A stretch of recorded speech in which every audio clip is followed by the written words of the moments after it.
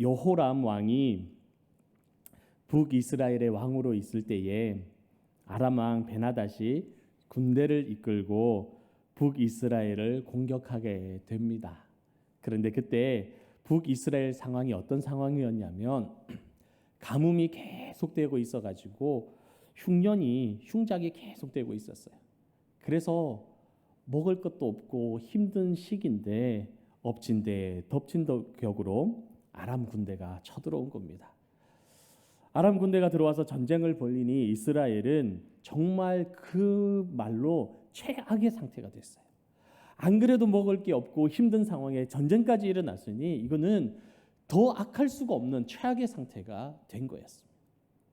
자, 그러던 중에 아람 군대가 북이스라엘의 수도였던 사마리아 성을 완전히 에워싸고 포위를 하게 되는 거예요. 고립이 되었어요. 그러자 이 북이스라엘에 있던 이 사람들이, 이 성 안에 있던 사람들이 이제는 나가지도 못하고 들어오지도 못하는 그런 상황이 됐습니다. 완전히 고립된 거예요. 그러다 보니까 먹을 식량이 하루아침에 바닥을 드러내고 더 이상 먹을 게 없게 되었어요. 여러분, 우리도 예전에 힘든 시기가 있었잖아요. 보릿고개가 있었고 일제시대가 있었고 6.25 전쟁 시대가 있었습니다. 여러분, 우리 어른 세대들 정말 먹을 게 없어서 힘든 시절이 있었습니다. 여러분, 먹을 게 집에 다 떨어지면 어디로 갔습니까? 예전에 저기 산으로 올라가서 나무 풀뿌리 캐먹고 껍질 벗겨가지고 속살 벗겨 먹기도 하고 풀 뜯어 먹기도 하고 그러면서 생명을 유지했다 그래요. 그리고 짐승 잡기도 하고 그러면서 살아갔는데 이 사마리아 성 사람들은 나가지도 못하는 거예요. 산으로 갈 수도 없는 거예요. 그러니 먹을 게 하나도 없어서 정말 최악의 상태가 되었습니다. 이 참혹한 북이스라엘의 상황을 열왕기하 6장 25절에는 이렇게 기록하고 있어요. 성중이 크게 줄여서 나귀 머리 하나에 은 80세겔이요 비둘기 똥 4분의 1갑에 은 5세겔이라 라고 말씀하고 있어요. 여러분, 이게 얼마나 심각한지 크게 안 와닿으시죠? 여러분, 은 1세겔이 얼마냐면 어느 정도 해당하냐면 노동자의 4일 일한 품삯이 은 1세겔이었어요. 오늘날로 쉽게 생각을 해서 하루 일한 품삯이 10만 원이라고 쉽게 생각을 해서 계산을 하면 은 1세겔이 되려면 4일을 일한 품삯이니까 얼마가 될까요? 40만 원. 산수가 빠르세요. 40만 원이에요. 자, 그러면 80세겔이면 얼마일까요? 4, 8이 32, 3,200만 원이에요. 3,200만 원이에요. 4, 8이 32에 동그라미 2개가 붙으면 3,200이 됩니다. 다시 말씀드리면 나귀 머리 하나가 3,200만 원 돈에 거래가 되고 있었다는 거예요. 너무나 터무니없는 가격이에요. 있을 수 없는 가격이에요. 더군다나 레위기 11장 14절 말씀에 보면 나귀는 부정한 짐승이어서 먹을 수 있는 짐승이 아니에요. 더군다나 거기에 붙어있는 머리가 뭐 먹을 것이 되고 식용이 되겠습니까? 그런데 너무나 먹을 것이 없으니까 이 나귀 머리 하나가 이 터무니없는 가격에 거래되고 있고 비둘기 똥도 돈을 주고 사서 먹는 그런 시절이 되었다라는 거예요. 도저히 음식으로 쓸 수 없는 것들이 천문학적 가격으로 매매되고 있었습니다. 당시 상황이 얼마나 심각한지를 그대로 보여주고 있는 거예요. 그런데 그나마도 먹을 수 있으면 다행이죠. 이것도 먹을 게 없어가지고 나중에는 자신의 어린 아이까지 잡아먹는 그런 상황이 됐어요. 왕이 지나가는데 한 여인이 왕을 부르면서 소리칩니다. 왕이시여 왕이시여 눈물로 부르짖으면서 호소합니다. 그래서 왕이 그래 무슨 일이냐고 물어봤더니 이 여인이 울면서 부르짖으면서 하는 얘기가 나의 원통함을 풀어주십시오. 그게 뭐냐? 옆집 여인이 오늘 너희 집 애기 삶아 먹자라는 거예요. 잡아먹고 나면 그 다음날 우리 집 애기 내어줄 테니까 또 같이 먹자는 거예요. 그래서 이 여인이 자기 애기를 내어줘서 삶아 먹고 나니 다음날 그 여인이 자기 애기는 숨기고 내어놓지 않더라는 거예요. 억울해서 내 애기 살려달라는 걸까요? 아니요. 그 애기 내놓고 먹게 해달라는 거잖아요. 그 애기 내놓게 해달라고 부르짖고 있는 거잖아요. 여러분, 왕이 이 얘기를 들으니 기가 막히는 거예요. 가슴을 치고 옷을 찢으면서 소리를 질러요. 그런데 해결할 방법이 없어요. 이 굶주림에 백성들의 원성은 하늘을 찌르고 있고 왕은 그것을 해결할 능력과 권위와 모든 것이 다 떨어져서 방안이 없어요. 여러분, 우리가 먹고 사는 것, 입는 것, 마시는 것 다 우리가 한 것 같고 우리가 노력해서 이룬 것 같지만 사실 하나님께서 은혜 베푸시지 않으시면, 하나님이 허락하시지 않으면 우리는 아무것도 할 수 없는 존재가 우리의 모습임을 기억하시기를 바랍니다.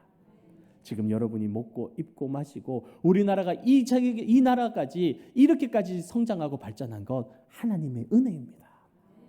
교회사를 공부해 보시면 너무나 잘 알 수 있어요. 우리나라가 예전에 얼마나 미개한 나라였고 얼마나 무지한 나라였는지 알 수가 있어요. 그런데 복음이 들어오고 나서부터 우리나라가 변화되기 시작을 합니다. 여성들의 인권이 올라가기 시작을 합니다. 교육열이 올라가기 시작합니다. 병원들이 세워지기 시작을 했던 겁니다. 여러분, 이 모든 것이 하나님의 은혜였습니다. 우리는 이걸 잊어버리면 안 돼요. 그러던 어느 날 성문 어귀에 앉아있던 나병 환자들이 있어요. 이 나병 환자들은 성 안에 들어갈 수가 없어요. 나병이 뭐냐면 옛날 말로 하면 문둥병이에요. 전염병이었어요. 무시무시한 병이에요. 그러니까 이들은 성에 살 수가 없어서 성 밖에 쫓겨나 있었어요. 근데 이들이 얘기를 합니다. 얘들아, 우리 이곳에 있어봤자 굶어 죽기밖에 더 하겠냐? 먹을 것도 없는데. 그런다고 성 안에 들어갈 수도 없잖아. 들어가도 굶어 죽기는 마찬가지요. 맞아 죽기도 마찬가지요. 그러니 우리 그냥 이렇게 죽지 말고 저기 아람 군대가 있는 곳으로 가보자. 우리가 가서 그들이 만약에 죽이면 그냥 죽고 살려주면 우리 도망이라도 가자. 그러면서 항복하러 그 아람 진영으로 가기로 결정을 내립니다.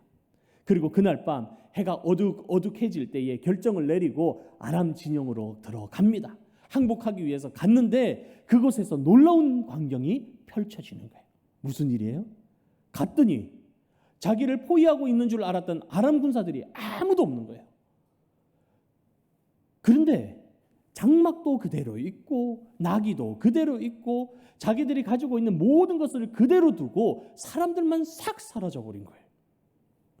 여러분, 어떻게 된 거예요? 성경에 보니까 하나님께서 하나님의 사람 엘리사의 예언이 이루어지게 하기 위해서 아람 군대에서 어떤 소리를 듣게 되는데, 어떤 소리를 듣게 되느냐? 말발굽 소리가 들리고 병거 소리가 들리고 큰 군대의 소리가 들려서 이 아람 군사들이 순간 두려움에 착각한 거예요. 이스라엘 백성들이, 이 이스라엘 사람들이 돈을 주고 헷족속과 애국 군대를 돈으로 샀구나. 그래서 그 연합군이 우리를 치러 지금 오는구나. 그리고는 두려움에 순간 모든 것을 버리고 걸음아 나 살려라 하고 다 도망가 버린 거예요. 누가 하신 거예요? 하나님이 하셨어요. 인간이 해결할 수 없는 일을 하나님이 해결해 주신 거예요. 그러니까 너무나 급하게 도망가다 보니 장막도 그대로 있고 그 안에 금도 그대로 있고 은도 그대로 있고 먹을 것도 그대로 있고 나귀도 묶인 채 그대로 다 있는 거예요. 그래서 이 나병 환자들이 가서 보니 놀라운 일이 벌어진 거예요. 그래서 그 장막에 들어가서 허겁지겁 먹을 것을 막 챙겨서 먹습니다. 그리고 배가 부르고 나니 주위를 둘러보니 뭐가 보입니까? 금도 보이고 은도 보이고 옷도 보이는 거예요. 완전히 잔칫날이 된 거예요. 다 챙겨가지고 아무도 모르는 곳에 막 숨기고 옵니다. 또 와서 막 챙겨서 또 숨기러 가는데 갑자기 하나님이 마음에 양심을 건드리는 거예요. 하나님이, 성령님이 역사하시는 거예요. 그러자 한 나병 환자가 얘기를 합니다. 얘들아, 우리 이렇게 먹고 마시는 거, 우리끼리 즐거워하는 거, 이거 잘하는 게 아닌 것 같아. 하나님이 기뻐하신 일이 아닌 것 같아. 우리가 이렇게 해서는 아니 되겠도다. 오늘은 아름다운 소식이 있는 날이거늘 우리가 침묵하고 있도다. 만일 밝은 아침까지 기다리면 벌이 우리에게 미칠 것이니 이제 떠나서 왕궁에 가자. 왕궁에 가서 이 아름다운 소식을 그들에게도 전해주자. 그래서 이 4명의 문둥병자들, 나병 환자들은 아람 군대가 도망한 사실을 사마리아 성으로 갑니다. 그리고 자기를 비록 버린 곳이지만 그 이웃들에게 이 아름다운 소식을 전하게 되는 겁니다. 하나님께서는 이 나병 환자들을 통해서 하나님의 구원의 기쁜 소식을 사마리아 그 성에 전하고 있는 것을 오늘 보여주고 있는 것입니다.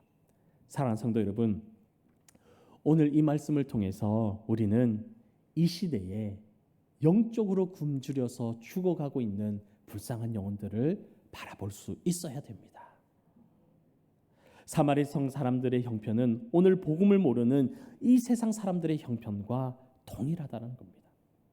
아모스 8장 11절 말씀에 보면 주 여호와의 말씀이니라 보라 날이 이를지라 내가 기근을 땅에 보내리니 양식이 없어서 주림이 아니며 물이 없어서 가람이 아니요 여호와의 말씀을 듣지 못한 기근이라 라고 말씀하고 계세요. 오늘날 많은 사람들이 먹을 것, 입을 것, 살아가는 것을 위해서 얼마나 열심히 살아가는지 모릅니다. 그러나 정작 그것을 공급해 주시고 허락해 주시고 우리에게 주시는 분이 누구인지는 알지 못한 채 헛되이 세상을 살아가며 죽음을 향해서 걸어가고 있다는 거예요. 여러분, 그들도 사망의 고통에서 벗어나고 싶어 합니다. 이 억눌림 속에서 벗어나고 싶어서 무언가를 붙들고 기도하고 싶고 자기를 해방시켜 줄 그것을 갈급하며 찾고 있어요. 그런데 그게 누군지 모르기 때문에 헛된 곳에서 빌고 있는 거예요.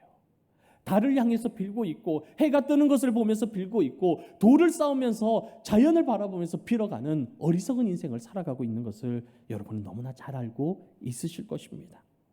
하나님께서 그리스도의 십자가를 통해서 놀라운 구원의 소식을 이루셨어요. 여러분, 그것을 우리가 전해야 됩니다.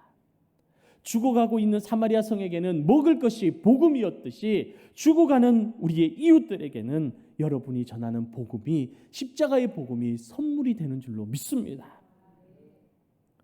오늘 나병 환자 4사람을 통해서 하나님은 그곳에 놀라운 복음을 전하셨어요. 그들이 전한 복음은 다른 게 아니에요. 자기가 체험한 거, 자기가 본 거, 자기가 만난 것을 그대로 전한 것이었습니다. 개역 한글에 보면 이렇게 기억하고 있어요. 나병 환자 4사람이 서로 말하기를 이 아름다운 소식을 전하지 아니하고 잠잠히 하고 있는 것은 선하지 못하다. 이전 성경에는 선하지 못하다라고 기록하고 있습니다. 여러분, 우리 모두는 하나님으로부터 은혜를 많이 받았어요. 여러분의 입술에 간증들이 다 있으시잖아요. 하나님이 병 고쳐주셨고 문제를 해결해 주시고 기도 응답해 주시고 가정을 구원해 주시고 수많은 은혜의 간증의 체험들이 있습니다. 하나님이 그거 왜 주셨을까요? 왜 주셨을까요? 나만 추억하고 기뻐하라고 주셨을까요? 나만 감사하면서 살아가라고 그 간증들 주셨을까요? 예전에 히틀러 정권에 대항하던 그래서 8년 동안 옥고를 치른 목사님이 계셨습니다. 마르틴 미네르 목사님이신데 이 목사님이 옥고를 치르고 난 후에 책을 썼어요. 전쟁 백서라는 책을 썼는데 그 가운데 이런 간증이 있습니다. 전쟁이 끝날 무렵에 그 목사님이 꿈을 꾸면 똑같은 꿈을 7번이나 계속 꾸는 거예요.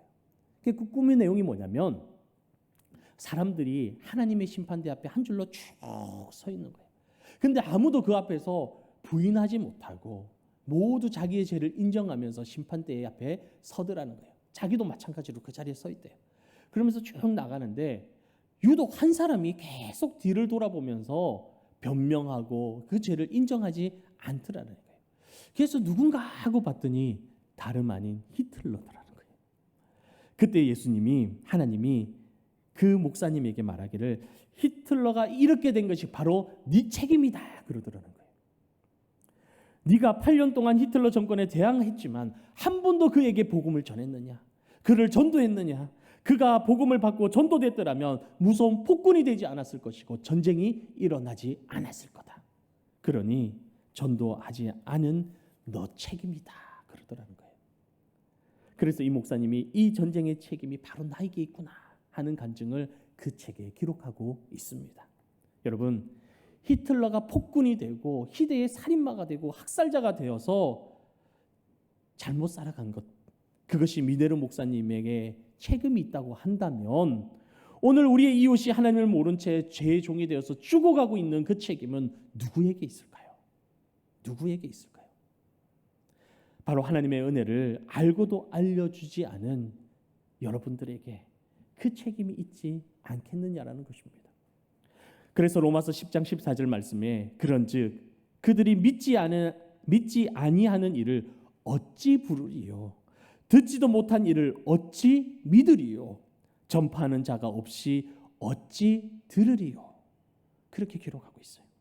여러분, 아무리 기쁜 소식이 있으면 뭐합니까? 복음이 있으면 뭐합니까? 여러분이 듣지 아니하면, 전하지 아니하면 어찌 그들이 듣고 알고 믿을 수 있겠냐라는 거예요. 그런 의미에서 먼저 복음을 받은 우리에게는 큰 책임이 있습니다. 여러분, 요나를 생각해 보시기 바랍니다. 하나님이 요나를 니느웨로 보냅니다. 그곳에 그 죽어가는 영혼들, 죄악된 영혼들에게 복음을 전하라고 보냈을 때 요나가 회피하고 도망을 갑니다. 그러자 요나가 하나님의 징계의 대상이 되는 겁니다. 오늘 본문의 나병 환자들은 자신들만 하나님이 행하신 놀라운 일을 누리는 것이 아니라 그것은 선하지 못한 일이다, 악한 일이다 생각을 하고 복음을 들고 사마리아 성으로 향하게 됩니다. 아름다운 소식을 알고도 잠잠하는 것은 선하지 못한 거예요. 그게 바로 악을 행하는 겁니다. 여러분이 여러분의 입을 닫는다면 불신자들이 자유함을 얻고 죄사함을 받을 기회를 내가 막고 있는 범죄를 저지르는 것과 똑같다라는 거예요. 지금 여러분의 입을 열어서 어둠 속에 있는 이웃에게 복음을 전하시기를 축복합니다. 이것이 선한 겁니다. 나병 환자들은 그냥 있지 않았습니다. 그 복음을 전했습니다. 지금도 하나님께서 나의 병을 고쳐주시고 내게 은혜 주시고 내게 감사를 주시는 이유가 무엇일까요? 그들에게 그것을 그대로 나누라고 주시는 은혜인 줄로 믿습니다. 이 복음을 나누는 저와 여러분 되기를 주님의 이름으로 축복합니다. 그러면 언제 나눠야 될까요? 언제 전해야 될까요? 디모데후서 4장 2절 말씀에 보니까 너는 말씀을 전파하라. 때를 얻든지 못 얻든지 항상 힘쓰라라고 말씀하셨어요. 왜냐하면 하나님의 때는 하나님이 정하시기 때문에 나는 그 도구가 되라는 거예요. 예전에 안 집사님이라는 여자분이 계셨는데 전도왕이셨어요. 이분은 때를 얻든지 못 얻든지 늘 복음을 전하셨어요. 한 번은 어떤 젊은 여자가 지나가니까 예수 믿으라고 전했어요. 슈퍼마켓으로 도망가듯이 쑥 들어가요. 그러니까 따라가서 또 전했어요. 예수 믿으셔야 됩니다. 그러니까 또 도망을 가는 거예요. 따라가면서 어디 사세요 물으니 이 근처 살아요 하고는 싹 도망가는 거예요. 한 달 동안 그 사람 만나게 했으니 하나님의 뜻이다 생각을 하고 기도하는 거예요. 그 여인은 영혼을 위해서 기도했어요. 그리고는 그 슈퍼마켓에 가서 그 여인의 인상착의를 전하면서 어디 사는지 아세요? 물어봤더니 그 슈퍼마켓 사장님이 얼마 전에 상당한 집이에요. 어디 살아요. 그래요. 그래서 이 집사님이 가서 초인종을 눌렀더니 그 여자가 나와서 깜짝 놀라는 거예요. 그리고는 복음을 전하고 위로를 하고 기도를 하고 그 자리에서 7명이 예수님을 믿게 되었다라는 거예요. 여러분, 하나님의 때는 어떻게 준비되는지 우리는 알 수 없습니다. 그러나 우리가 기도하면 하나님이 상황을 만들어 가시는 거예요. 이 집사님이 한 번은 역전해서 복음을 전했어요. 청년이 지나갔는데 그 젊은 청년을 붙들고 예수 믿고 구원 받으세요 그랬더니 이 청년이 비꼬면서 하는 얘기가 왜 구원을 받아요? 10원을 받지? 그러면서 그러는 거예요. 그러다가 마음에 들지 않았는지 이 여자 집사님을 발로 찼어요. 그래서 허벅지에 피멍이 들어가고 집에 오는데 남편이 알면 속상할까 봐 혼날까 봐 말하지 않고 그냥 기도하는 거예요. 그런데 이 집사님이 그 속에서도 감사한 이유가 있었어요. 뭐냐면 이 청년이 그렇게 못 듣게 하고 가면서도 이 전도지를 꾸겨가지고 버리지 않고 꾸겨서 자기도 모르게 자기 주머니에 넣고 간 거예요. 이 집사님이 그걸 보고 하나님 앞에 감사했어요. 하나님 감사합니다. 전도지 갖고 가게 해주셔서 감사합니다. 그런데 딱 일주일 후에 그 사람한테 전화가 오더래요. 전화가 와서 저 예수님 믿기 시작을 했습니다. 일주일 동안 계속해서 꿈에 지옥이 나오는데 살 수가 없어요. 그래서 예수 믿기로 시작했습니다. 그러는 거예요. 여러분, 하나님은요 구원하시는 일을 하나님이 하십니다. 다만 여러분이 그 입술이 되기를 원하시고 그 증거자가 되기를 원하시고 내가 받은 은혜를 나누기를 원하시는 거예요. 전도왕은 절로 되는 게 아니에요. 입을 여실 때 시작되는 겁니다. 이 여자 집사님이 안 집사님이 1990년에만 1,400명을 전도하고 결신하게 만들었대요. 1,400명을. 그러면서 그 집사님이 하는 얘기가 예수 믿지 않는 사람에게 전도하지 않는 것은 영적 살인자다. 그렇게 얘기했답니다.